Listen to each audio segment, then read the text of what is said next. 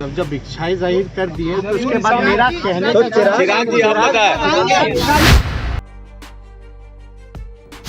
उसके बाद तो हम कोई बात कह ही नहीं सकते। जाहिर से बात।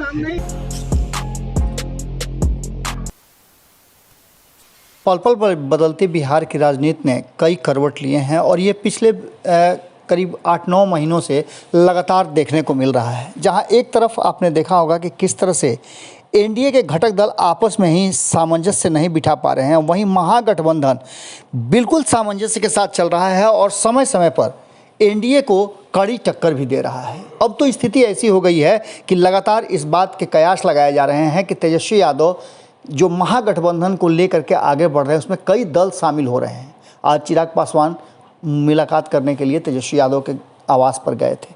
राबड़ी आवास में जब चिराग पासवान और तेजस्वी यादव की मुलाकात हुई तो मीडिया अपने सुर्खियों को लेकर के और राजनीतिक घरानों में चर्चाओं को लेकर के बाजार गर्म हो गया।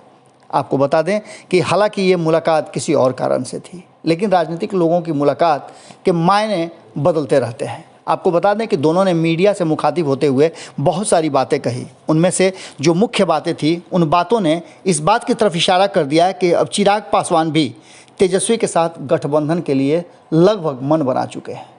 हालांकि इस बात से सीधे तौर पे अब चिराग पासवान ने हामी नहीं भरी है, लेकिन जब तेजस्वी यादव से इसी मुद्दे पर पूछा गया कि क्या आप दोनों एक साथ आने के लिए तैयार हैं, आगे दोनों युवाओं को देखा जा सकता है। हालांकि आपको बता दें कि भारत लाइव ने जब दोनों के समर्थकों से बाहर खड़े लोगों से जब भीतर में मुलाकात हो रही थी तेजस्वी यादव और चिराग पासवान की, तब भी पूछा था कि कार्यकर्ता क्या चाहते हैं।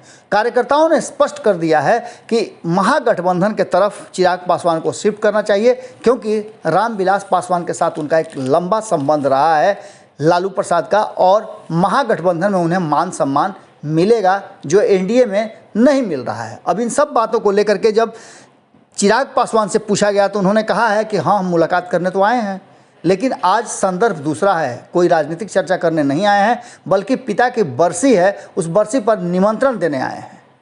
हालांकि इसी दरमियान जब तेजस्वी यादव से पूछी गई तो इससे पहले चिराग पासवान ने साफ तौर पे तेजस्वी यादव में स्पार्क बताया था और बहुत सारी बातें कही थी। इसी को अपने ही भाषा में कहते हुए तेजस्वी यादव ने स्पष्ट किया कि अगर चिराग भाई ने कह ही दिया है तो इसमें मेरे कहने लायक क्या बच जाता है।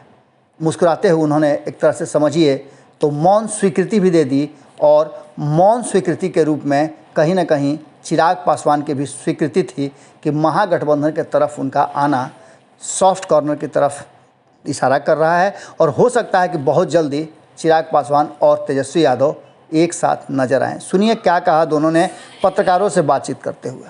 जब इच्छाएं जाहिर कर दिए तो उसके बाद मेरा कहने तो चिराग जी आप बताएं। राजनीति में चिराग जी दोनों के पिता एक साथ आए थे।